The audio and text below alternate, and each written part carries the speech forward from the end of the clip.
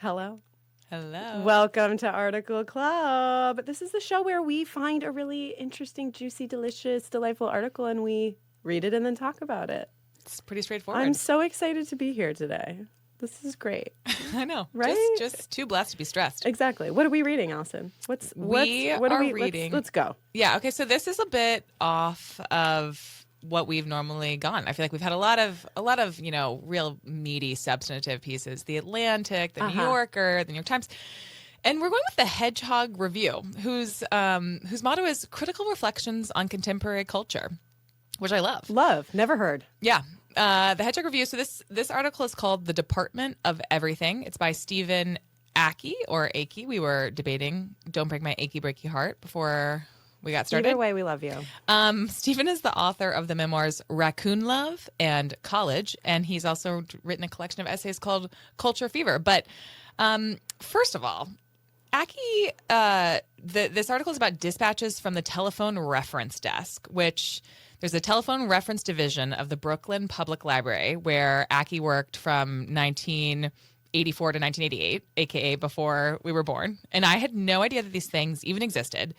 But he starts about talking how nowadays, whenever you have a question about anything, you just Google it or you ask Siri. And these could be like random things like, what's the life expectancy of a California condor? Or what's the GDP of Morocco? And whatever you want. But that's actually a relatively new phenomena. I'm sure we'll get into our own, like, when did we first start Googling things? I don't know. But before that, there was this thing called the Telephone Reference Division, and most public libraries had this.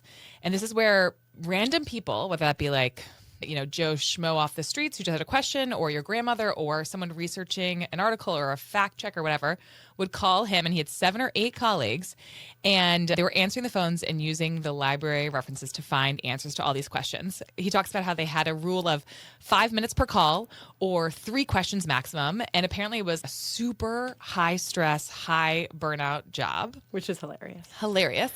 And the sort of intensity of it was they always had to source the information. Like, even if they knew it, even if they knew like who the Beatles were or who murdered JFK, probably not in the library. Ooh. They had to be able to like provide a reference. And so Is this a conspiracy theory podcast now?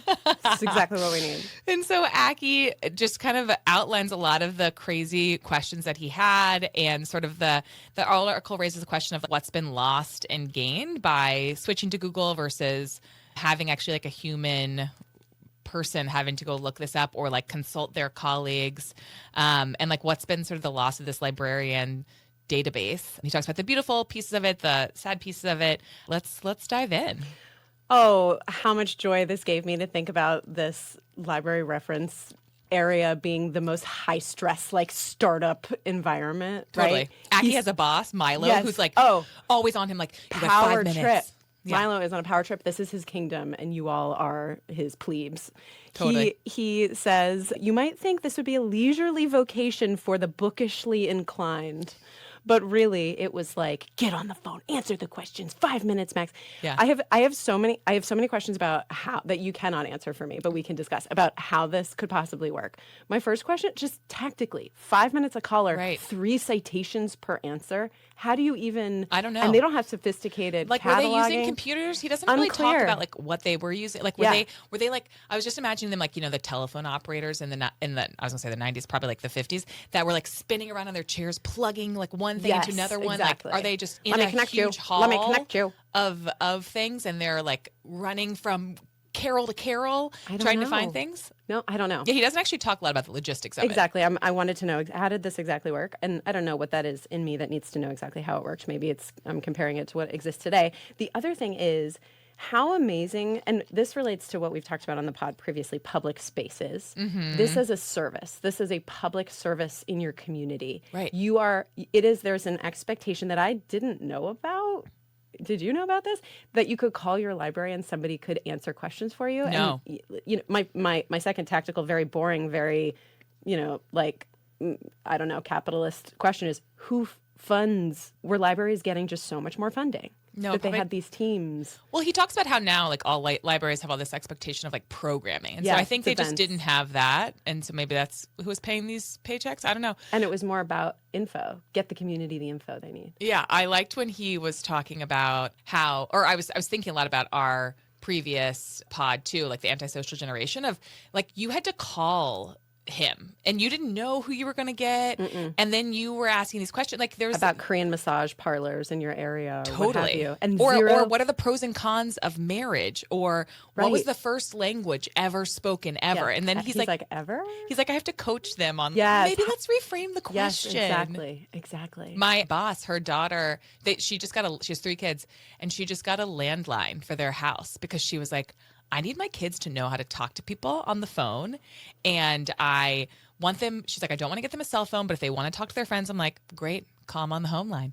And we were sitting in a meeting yesterday, and her 7-year-old daughter called her, and she was just like shooting the shit with her mom after. She's like, oh, I got home from art class and I actually need some help with this homework I love assignment. that. And yeah, she was like, she's like, she's like, can I give her your number? Cause she just likes calling people. Okay, so let's bring back the awkward, horrible, hello, Mrs. Leahy, may I please speak to Carly on the phone? That's all I want with my kids now. Oh yeah. Did you have No to, secret texting. answer the phone in a certain way when someone called your house?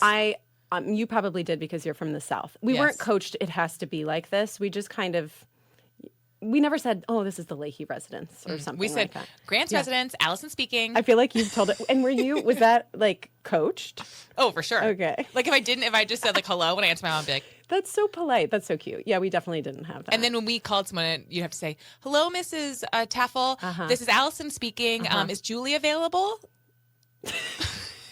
with the upspeak? Yeah, for sure. Yes. I feel like I was more polite when I would call other people. I love that. Bring back that culture. I kept thinking about one word, which was discipline. The discipline of these librarians, even if he knew, and can we even call them librarians? They were. Yeah. He said librarians. he talks a lot about like he was saying Tell a less. caller once said, "What are you, some kind of scholars or wordsmiths or something?" Right. No, I replied, just librarians. Yeah, the discipline that they had and was drilled into them essentially.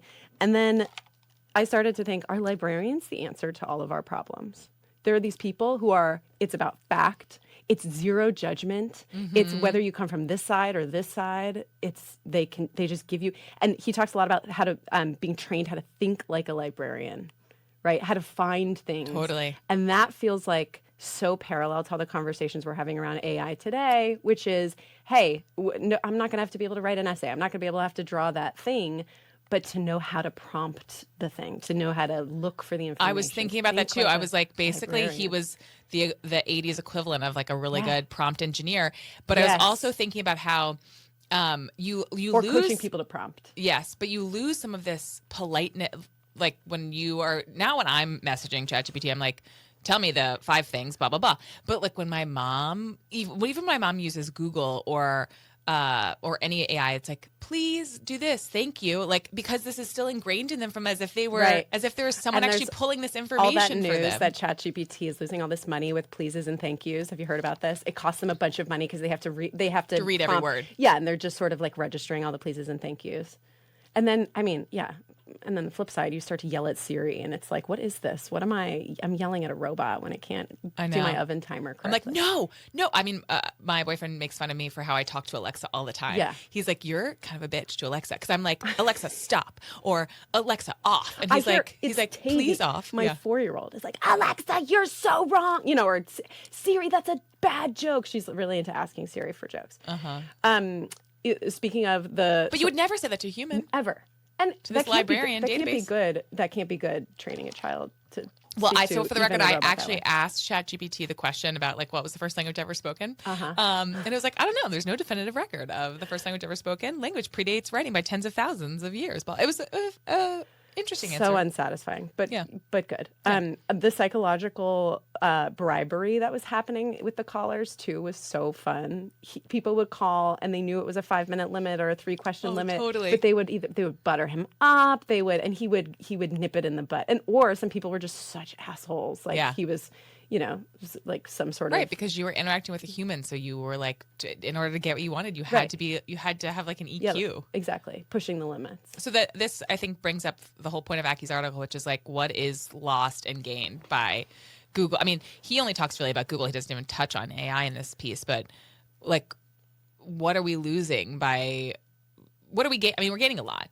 To be frank, we're gaining a lot from Google and from AI, but like, we've tossed out like so many answers are probably pulling from Wikipedia or from these like sources that just aren't validated and aren't. Oh yeah. Like I mean, when we grew up, we had encyclopedias in our I house. was going to ask you, did you have encyclopedias or the CD-ROMs? No, we had encyclopedias. Okay. That We I think definitely my had parents had Britannica gotten. for the like gateway computer. CD. But like sometimes I would have to, if I was doing research on like a country in, second grade, I would pull out the like MA through MO, encyclopedia and find Morocco and then be like, what's the population? Pulling all this stuff. You asked what are we missing out on, and my answer to that is juicy paper cuts from those index cards in the library. Oh, with totally. like the old Dewey Decimal System. Yeah. Remember that? Yeah. Do you remember the last time you researched something in a library with paper? It must have been in college. Do you remember what it was? No, probably. And I don't even think it was actually paper. I would think I was probably maybe like a writing something. I'm trying to think of, I'm sure I remember like going through the stacks for something. And you collect all the books and they smell all dusty. And then you kind but of like, find are kids bits even and doing that pieces. anymore? Like, will we need libraries? But we didn't even if we had the books, we still then Had the you digital get the thing reference and or then you something. photocopy a couple pages, but then we still did a lot of research online. Yeah. I think about he talks about the think like a librarian thing, which he equates to like the information wasn't a given, like it had to be actively sought out. And I think about my family's usage of Siri, like whenever we're now at having a conversation about something and it's like, oh, well, how much did that company IPO for? Or what, what X, Y, and Z, like immediately someone pulls up their phone. And so like, I mean, I guess that is actively seeking out that information, but it's also like, I don't know, it's too easy. It's having like, to live in the ambiguity of not knowing the answer to something in real life. Yes, we have completely lost that. You can look it up immediately. People, can you imagine? Oh, what was that? What was the name of that? Oh, and it's just killing you for hours until you can get where? I don't Call a actually friend? remember that though. Go to the library? Like, do you remember living in the uncertainty? Because I think it was just given, but I don't remember that feeling. I think when that still existed, we were kids and we didn't care about the weight of the uncertainty. We didn't know what we didn't know. Yeah. And ever since we had to know stuff, we've had tools. Yeah. Other than driving to the library. Do you remember when you were first using? It was funny when you prompted that, something just popped into my mind. I remember the first time I heard about Google. I was in science class, Miss Raymond's science class. I think it was sophomore year of high school. Which I guess feels early. Yeah. Early, late. We didn't even have. Feels early, feels late. I don't even know when Google started. I would Google when Google started. A girl in my class saying, "Oh, have you heard of this Google thing?" And I just thought it was the weirdest. Yahoo had existed. We had Yahoo on our gateway computer. Of course, we were AIMing all over the place. We weren't trying to find interesting information. But I would look at the Britannica CD-ROM. I don't think I ever searched the internet for information for school. But I remember somebody telling me about Google, and then I didn't quite know how to use it. It's very similar to what's happening with AI right now, right? It's like, ooh, this AI thing, do I use ChatGPT? You kind of get used to using the new tool. I was listening to Sam Altman, who I have mixed feelings about, talking about if you look at how people in their 30s and 20s and teens are using ChatGPT. So he's like, the people in their 30s are using it like Google. They're using it to search for information. The people in their 20s are using it like as a thought partner to actually like to help them in their decision making process. And he was like, the people in their teens are using it as their operating system. Oh, absolutely. Oh, as their OS, but also do this for me, do this for me. I was listening to something about Ezra Klein about the evolution of education and the age of AI, and kids who are it's like there's all this about kids are cheating. They're just writing their essays with teachers with ChatGPT, but then they have AI, like things that scan the AI for authenticity, humanizers, like all of these tools. And there's got to be something like that's pretty resourceful. Yeah. There are kids who are really bored at school and the way school is existing right now and feel like they're getting a dumb assignment who are like, all right, I'm going to use all these tools to get the assignment done and then move forward. So we clearly have to adjust the way we're thinking about these assignments, right? Yeah.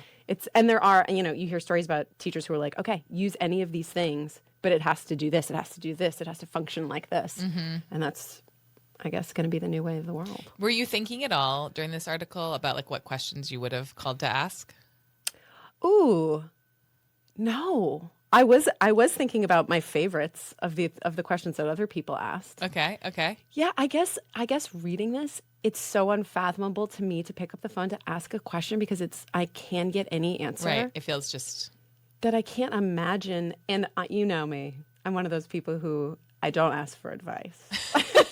I'm like, I would not, like, that's why it's so fascinating to me that somebody picked up the phone and was like, what are the pros and cons of marriage? Or he said, well, it's not even advice. It's like sort of like some people, I'm sure some people felt like they were entitled to this information. sure. Like, you're my But they're assistant. trying, yeah, you're right. There's a difference between advice and give me the information so I can make my own decision. There was also, game show aspirants, like people who are prepping for game shows and things. And then kind of sad stuff that makes me feel like we have it easy, but we're also sort of like bombarded. Maybe we have too much information is success rates for doctors. You know, that he'd get calls from people who are about to go into a surgery wondering like, is my doctor a good doctor? Yeah.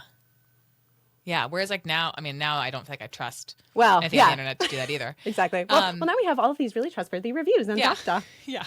My brother and sister-in-law are both doctors and they fucking hate those things. And it's true. Oh my God, I'm sure. And they don't feel But it is legitimate. true that it is still, the doctor thing. It's word of mouth. It's who's great Totally. and who's, Totally. published.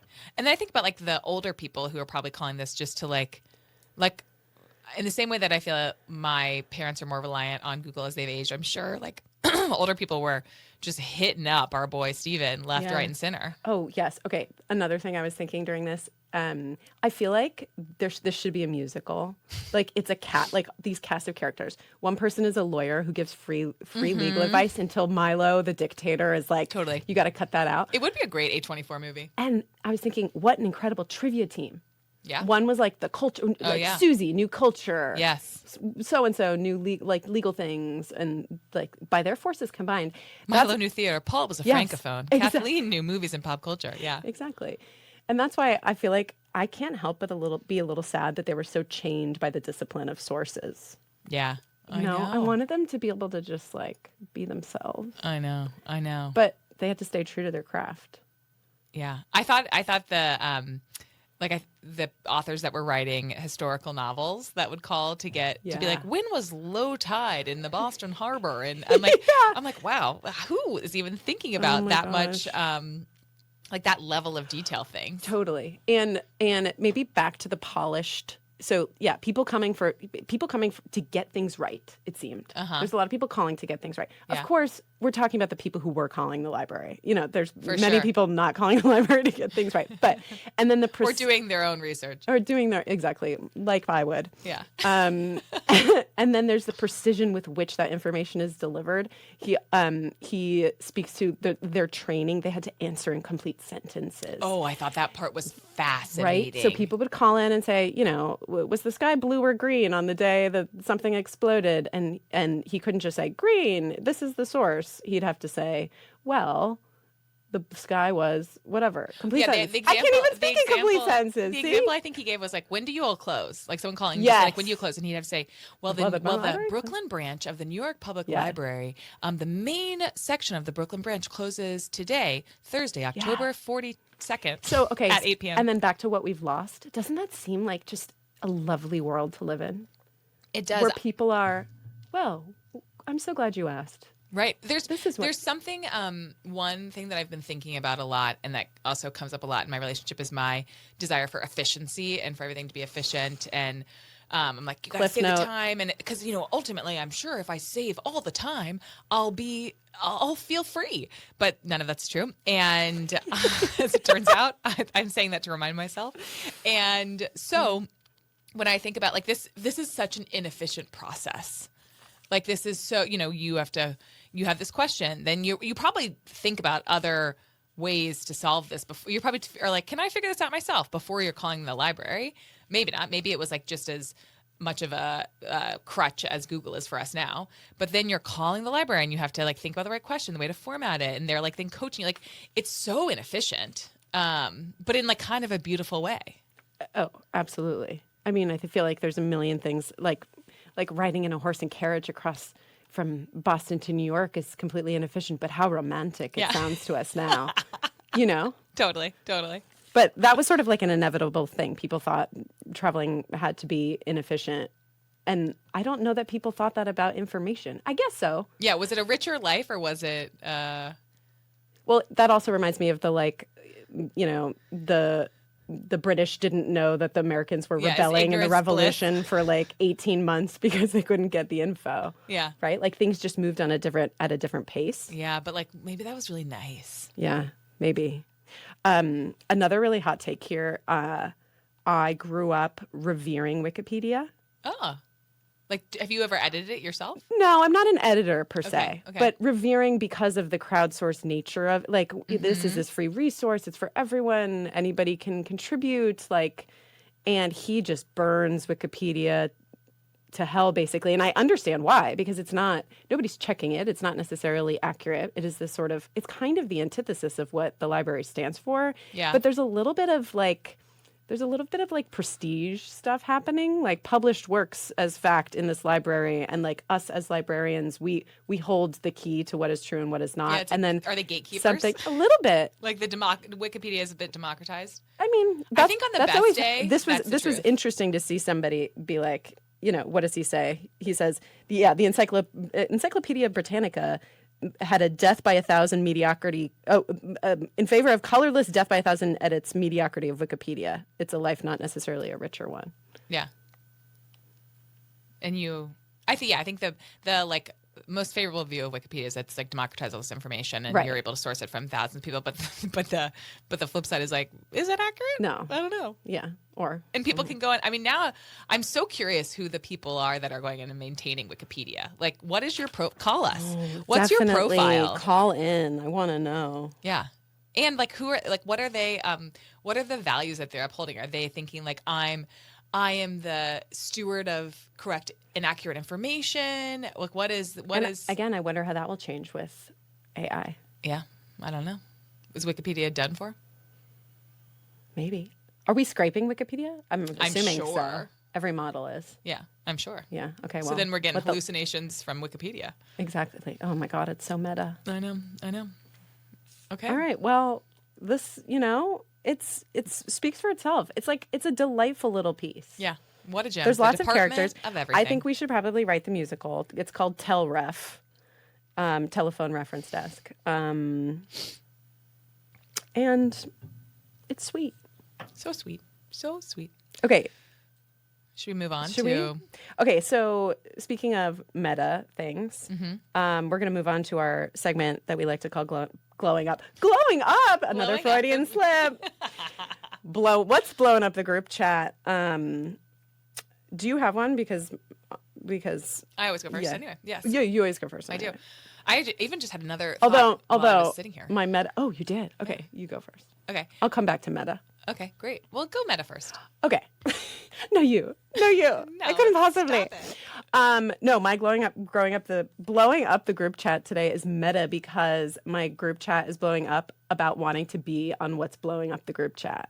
Oh. Yeah. Wow. There's like a thread of like, oh, it's Inception. this, and then like, what's she gonna pick? Because you know everyone is listening. Everyone. And everybody just wants to know. So I was just going to throw out a couple of things that are blowing up the group chat. One, kids learning about body parts. Two, those nipple bras that Kim Kardashian has, like the Skims bras that have like your fake nipples that stick nipples? out. Those are Yeah. still going on. And three, crocheting and grandma crafts for older people, for us. Are people doing that? Yeah, people are getting into like grandma crafts. There's this whole the older the craft, the longer you'll live, and the more stimulated your brain will be, and the calmer you'll be. Huh. Yeah. I could believe the calmness thing because it's like a very meditative practice as someone who's never knit. Yeah, exactly. I'm sure it's very meditative. I can't. It's not for me because I'm not detail oriented, as you know. And the yarn, like that yarn thing, when you pull the yarn in your fingers, do you get that? It's like nails on a chalkboard No, for me. no. Do you have any of those things that make you just like heebie-jeebie? I'm sure I do, but I can't think of any. Okay, like cold, like a cup, like popsicle on your teeth. That kind of thing. I love biting popsicles. Oh God. Okay, And maybe scraping my you're teeth immune with to all of this. Anyway, yarn does that for me, so I can't actually participate. But anyway, the meta of the group chat is actually what's blowing up the group chat. Wow. I know. Wow. I can't believe We've so many made changes. it. You went first and So you many. went Inception. We've made it. Okay, what's blowing up my group chat is women's sports, specifically women's soccer. One, I am obsessed with Bay FC, which is like the Bay Area Women's Soccer League. Two, I don't know if you've ever been to a game, but they're the most fun things ever. It's like the nicest arena.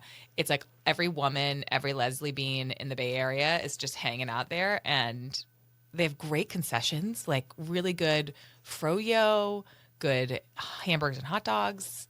So just putting that out there. If anyone wants to go to a Bay FC game with me, Me. sign me up. Great. Okay. It's interesting you say this because I feel like in the last year, I feel like I helped the U.S. women win the gold medal.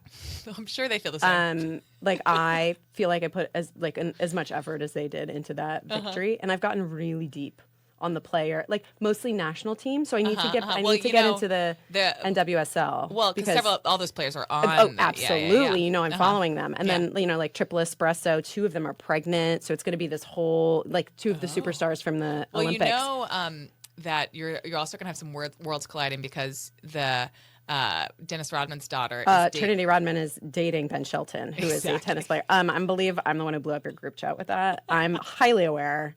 They made an Instagram official. Oh yeah, it was a little few too weeks ago. much. It was, whatever. I love them. Yeah. They can do no they're wrong. young. But yeah, I mean, the women. There's something about, and soccer is one of those things that you can watch on TV. Like it, and I record all their games. There's something so. And then I watch the goal. Like I watch Trinity Rodman's goal in the Olympics whenever I'm feeling sad. Wow. Yeah. Didn't know that. So I completely agree with you, and I've still never seen them in person. So Gotta to get down there. Yeah.